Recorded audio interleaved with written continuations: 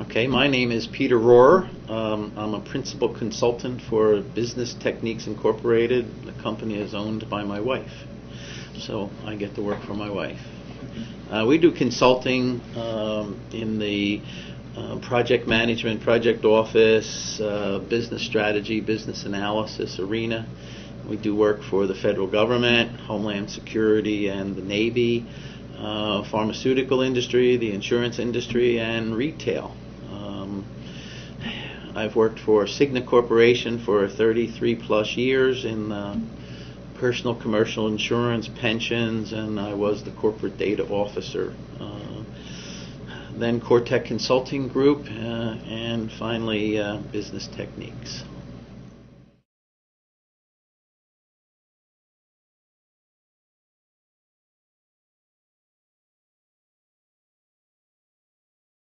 My mother, bless her heart, she was a great project manager. She didn't know it. She didn't even know she was doing it. But the example I always use would be Thanksgiving dinner.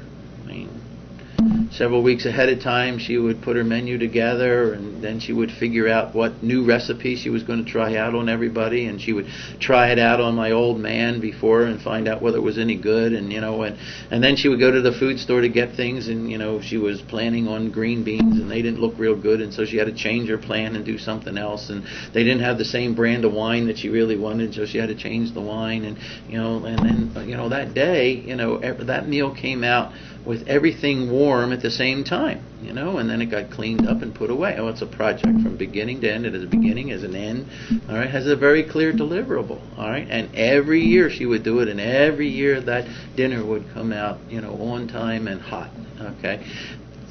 People cut grass. They're doing a project that has a very clear deliverable. The grass is being cut, but they have to make sure they have gas for the lawnmower, and they have to cut it a different way than they cut it the last time, and they have to take the clippings and throw them away, and then they have to trim. It's a project. I mean, people are doing this on a regular basis, every day of their lives, and not knowing that that's what they're doing, because the plan is in their head, it works, and so they repeat it time and time again, right? It's part of their life. It's part of everybody's life. They just don't know they're doing it.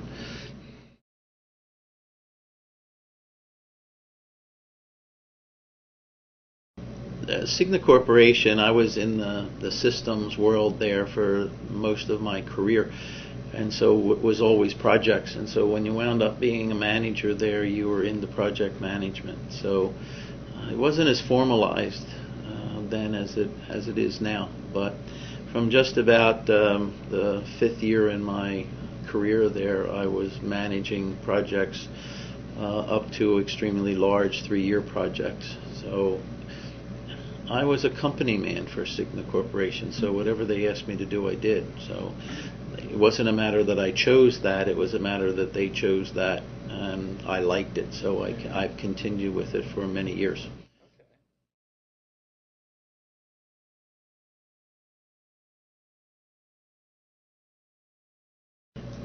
Yes, but as equal in my mind are their planning skills. In any instance where there's an issue, it's going to cause the plan to be revised. So no matter how well they talk, and no matter how well they communicate in writing or email or documents or any other way, the bottom line is that if something's changed, the plan has to change, and the budget has to change, and the kind of resources that you need may have to change, and all that revolves around communication. So I believe communication is significant, but I also believe that planning is significant. It makes the difference. You can always get people that can crunch numbers, and you can always get people that are the best at dealing with MS Project. You can't always get the person who can find out what the real problem is. And those times when users come to you and say, I've got a problem, it's a symptom. And what you've got to do is find out what this symptom is, where's the real problem. You just can't take it at face value. So a lot of times a project manager also has to have very good business analysis skills. They have to understand the business. They have to understand where this project fits into the overall business that they're delivering. That's where consultants wind up with trouble sometimes, because lots of times they have great skills in dealing with the technology and the project management, but they may not know where this really fits into the overall business aspect of it. They need to find that out to do a better job.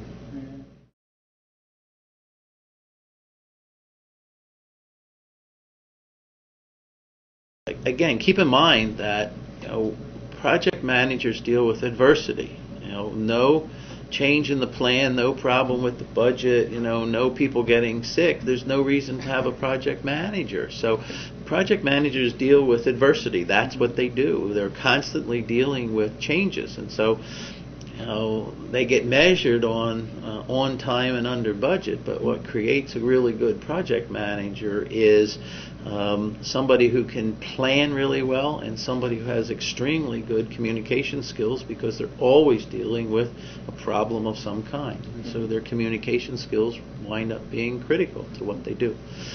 So most of the people in a project office will be highly recognized, highly experienced, and looked up to project managers.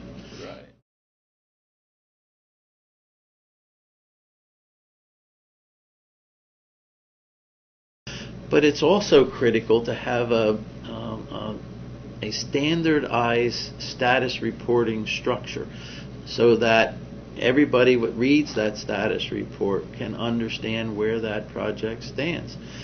Most status reports I've seen are, I was busy last week and I plan on being busy next week.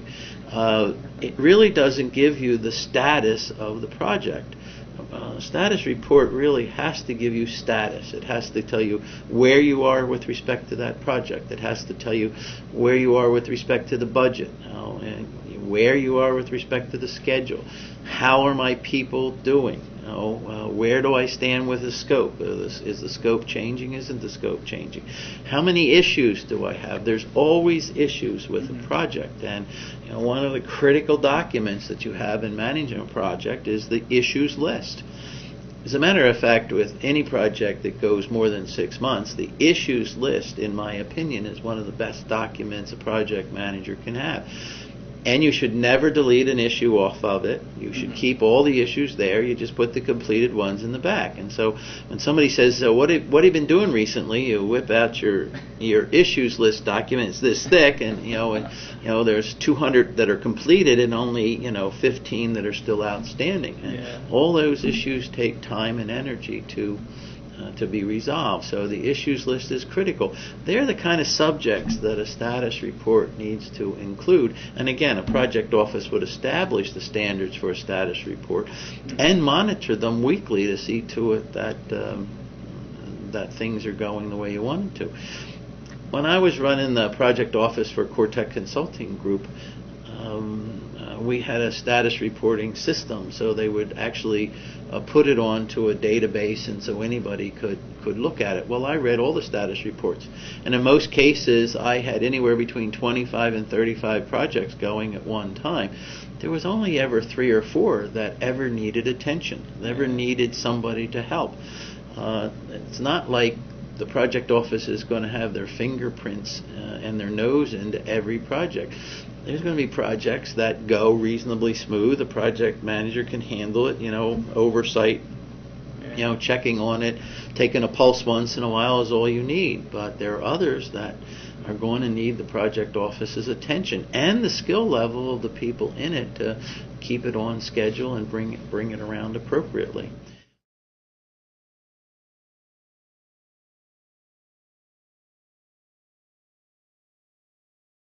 No. Can't be busy, last week and I plan to be busy next week. It doesn't tell you where that's and it doesn't help any manager manage. I mean, managers need red flags. They need things to say, hey, here's an issue.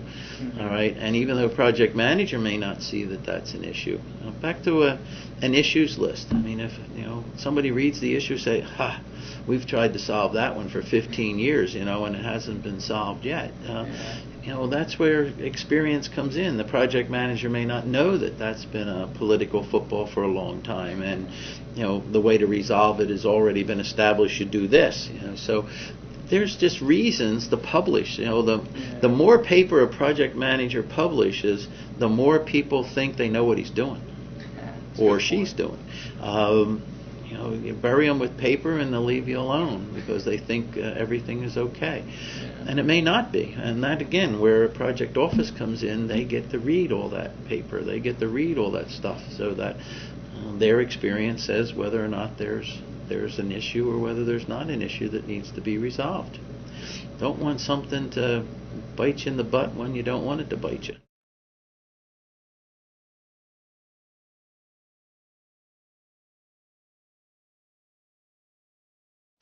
Yeah, IST people should really be taking a page out of the contractor's book because they take risk really important because they have weather risks, they have a union strike risks, they have a lot more at stake than IST does. And most cases an IST team is all in the same building, all on the same floor, and probably can reach out and touch each other. When you're building a bridge, there's somebody on the other side of the river, and you can't do that. So there are methods to deal with all of these things in the project management arena so that you can keep everybody on the same page of the playbook. So what you said is important. Monitoring all the risks that can possibly deal with your project not coming in on time is a critical aspect of the job.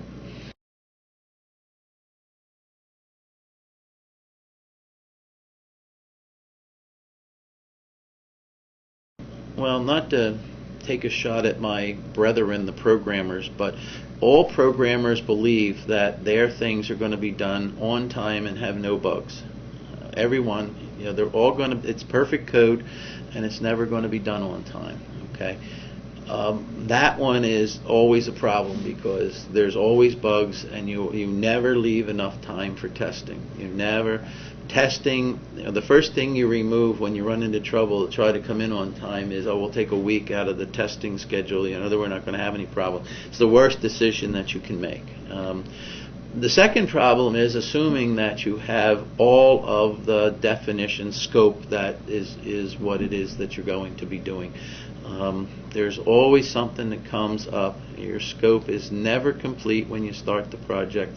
There's always going to be something that comes, and depending how big and small it is, that's where it is you run into trouble. And last but not least, if there are multiple organizations involved, so you're servicing two different organizations in the same company, it depends upon how those people get along and respect each other as how well your project's going to go. There are others, but those wind up being the major instances. If everything was delivered to a project manager that he needed to do his job on the first day, there would be very little trouble. Yeah. Very little trouble. But that's not true. It doesn't happen that way. And there's always things, especially with scope management, risk management, those two things wind up being very critical. Again, project managers measured on time under budget. Monitoring the budget and monitoring the schedule is not going to get you the deliverable. Making sure that you can communicate well and making sure that you can plan well, those things are what make you a good project manager.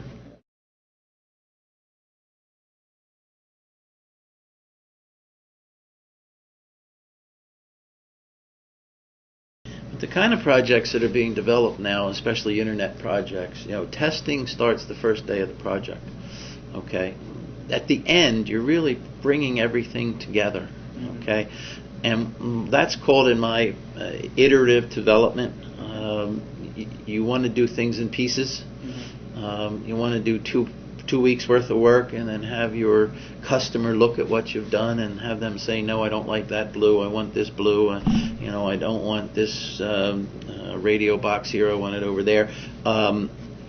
Doing those things rather than building the whole thing and then having your customer involved is what really helps with reducing the amount of test time you need at the end, all right, and making sure that what you're delivering is what the client wants up front. So frequent involvement with your client, with your customer is very important to reduce the back end problems.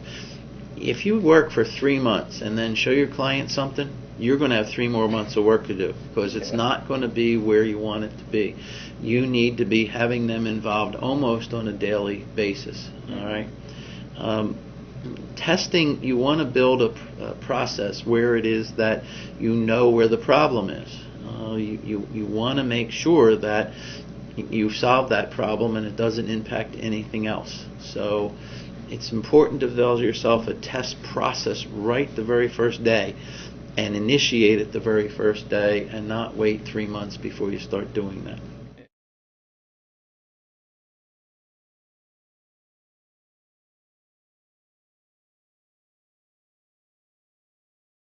The project managers need to look daily at what has to be done. If let's say you have a project team meeting on Monday morning, and you determine that these 3 things have to be done, and Tim is responsible for one, and Joe the other one, and John the last one. If you wait till the following Monday to ask where they are, nothing will have happened, or very little would have happened. You need to ask that afternoon if they started, and then Tuesday morning. That's what a project manager does. He needs to make sure that the things that are supposed to be delivered by that Friday are in fact going to be delivered that Friday. Because if he waits till Friday and finds out there's an issue, he's lost a week. If he finds out on Tuesday, he may not lose very much time. I mean, that person may be pulled off and put someplace else by his manager. The program manager, project manager, has nothing to do with controlling that at times. The sooner they know, the sooner the better. And then they can announce, by you doing that, my project has lost a week and I'm not going to deliver. I need you to sign off on the fact that my project has got another week's time. If he waits till Friday, it's too late. Too late. It's like crying. It's like they're not going to listen to you. The sooner you forecast the issue, the better off you are. It's the same with scope changes. With the guy calls you into his office and he's your buddy and you eat lunch with him. He says, "Oh, Pete, can't you just do this?" Sure. And 2 days later, I forgot to tell you about this. And you keep absorbing all these small scope changes. Well, sooner or later they become a big scope change. And so again, the recommendation here is to keep track of all of those little things that are asked for. And when you reach the 10th one, you go back to your client and you say, "I've done 10. I can't do any more." Or you have to release me and give me more money and more time, because I can't do any more of these little guys. Okay?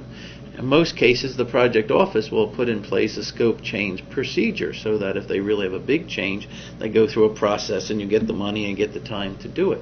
But these little ones, that are done in the bathroom and at lunch tables and things like that, they're the ones that sneak up and bite you after a while. So you have to document them, you have to keep track of them, and you have to make sure that your customer knows that there's a limitation. There's only so many I can do.